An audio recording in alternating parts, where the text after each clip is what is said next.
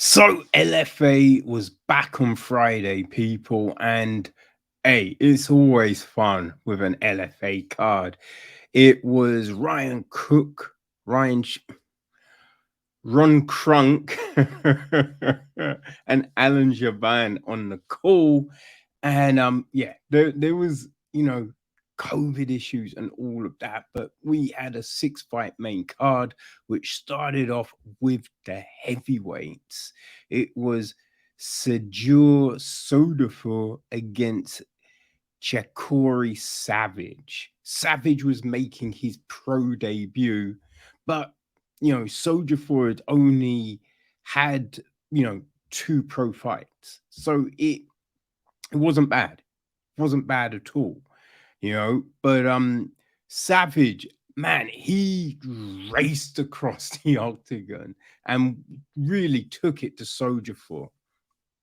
I mean, one of the big differences was I think Savage had a more refined style. Soldier 4 was trying to throw big bombs, and his defense, like when he got hit, he was just trying to counter rather than cover up and be a bit more strategic. Right, they were both throwing big bombs.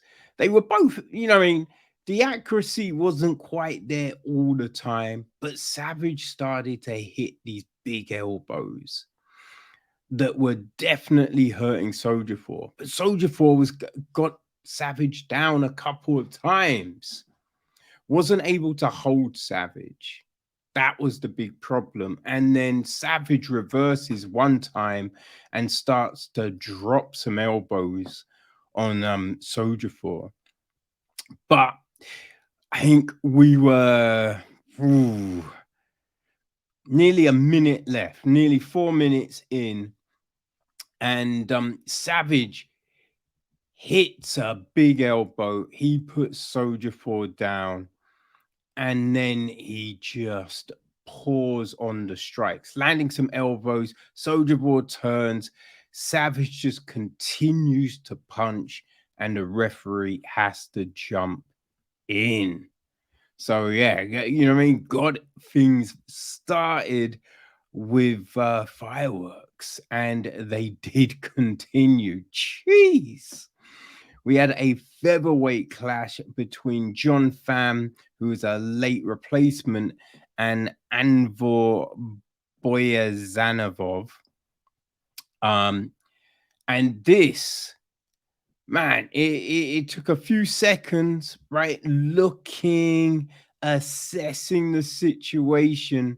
And then Boynazarov, he lands a crisp, sharp 1-2.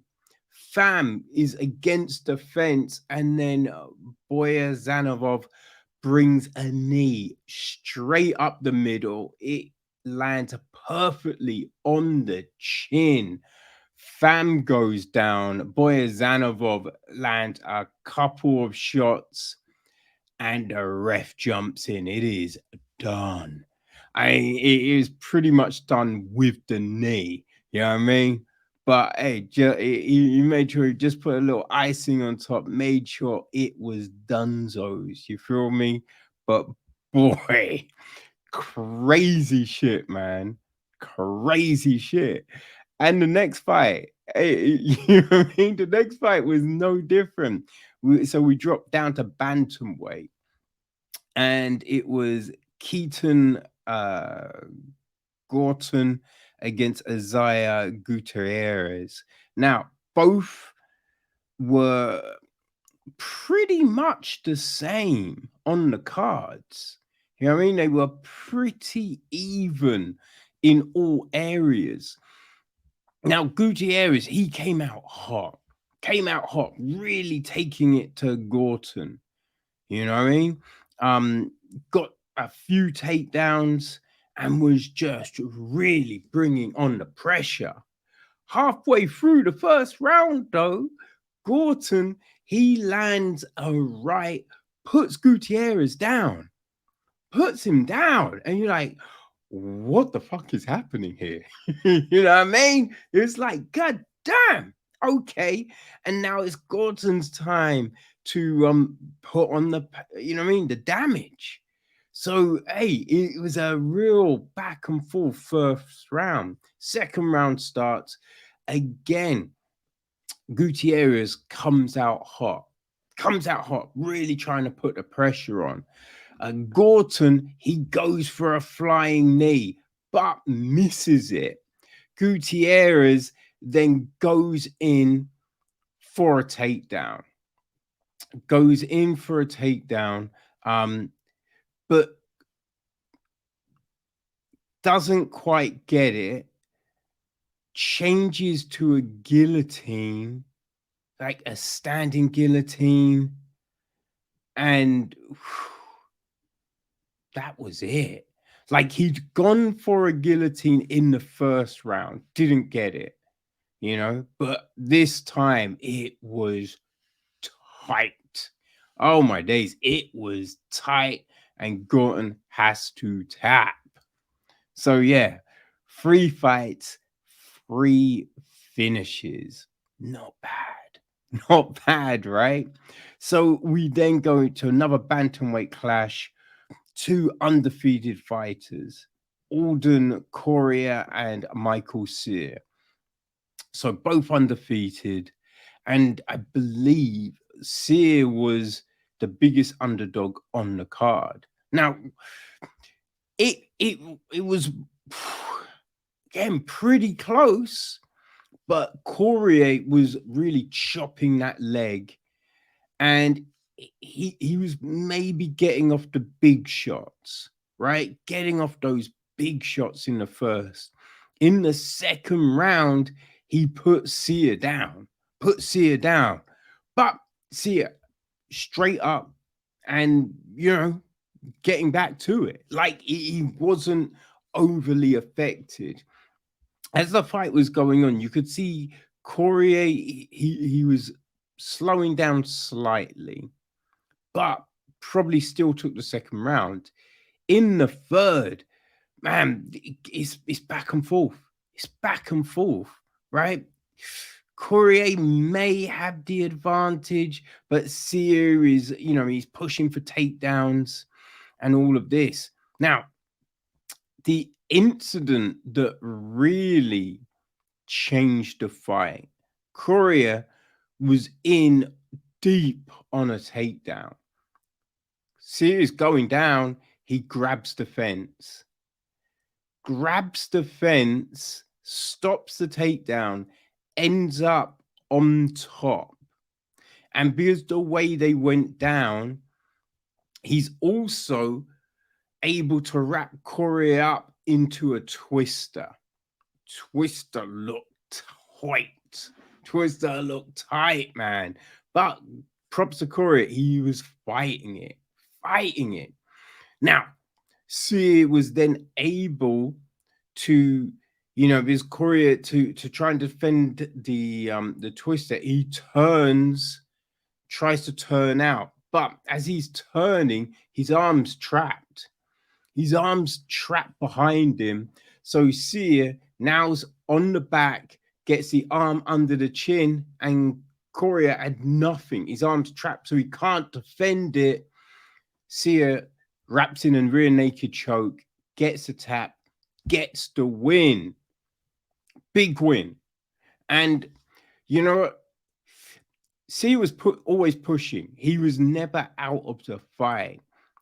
But the fence grab, man. It was the fence. Like the referee saw it and was like, let go of the fence. But you know what I mean? It clearly stopped the takedown, which then led to the twister.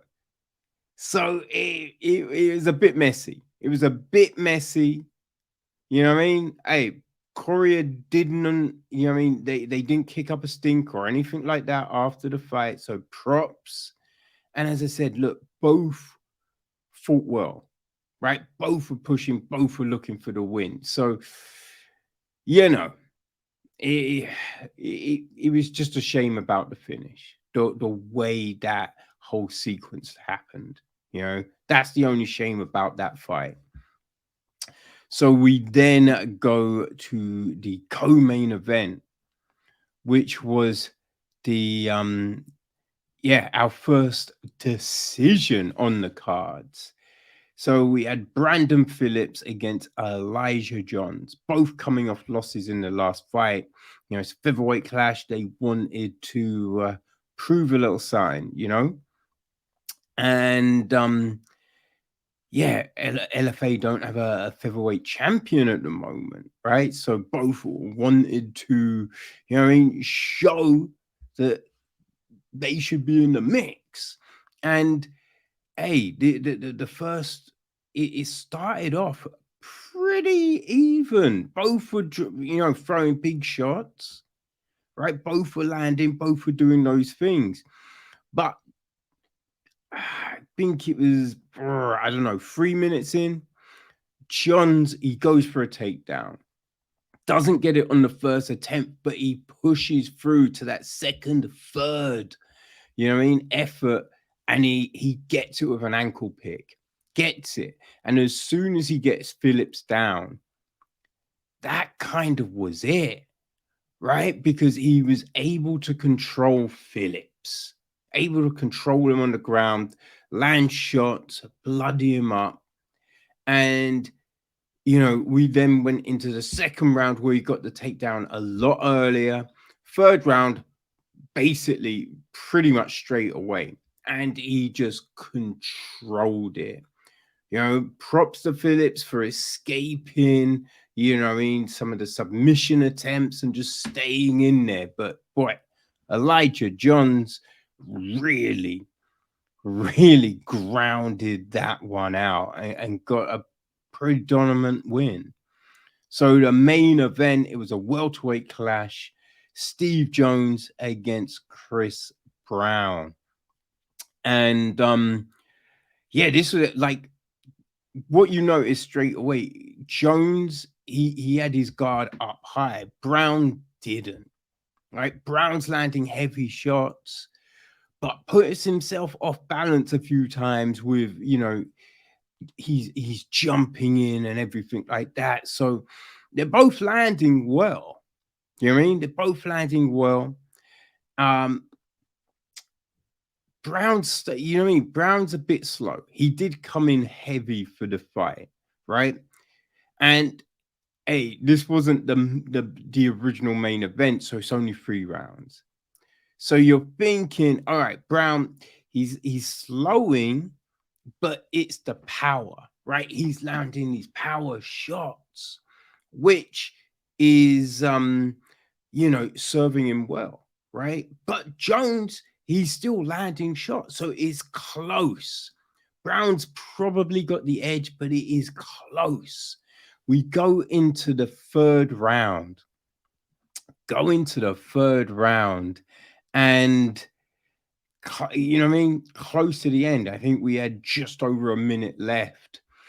And Brown lands a big left. Oh my gosh, a big left. And Jones is on spaghetti legs. He's all over the place. Brown gets him down and just punches, right? Does the thing you're meant to do, just keeps it on him until the referee has to stop the fight.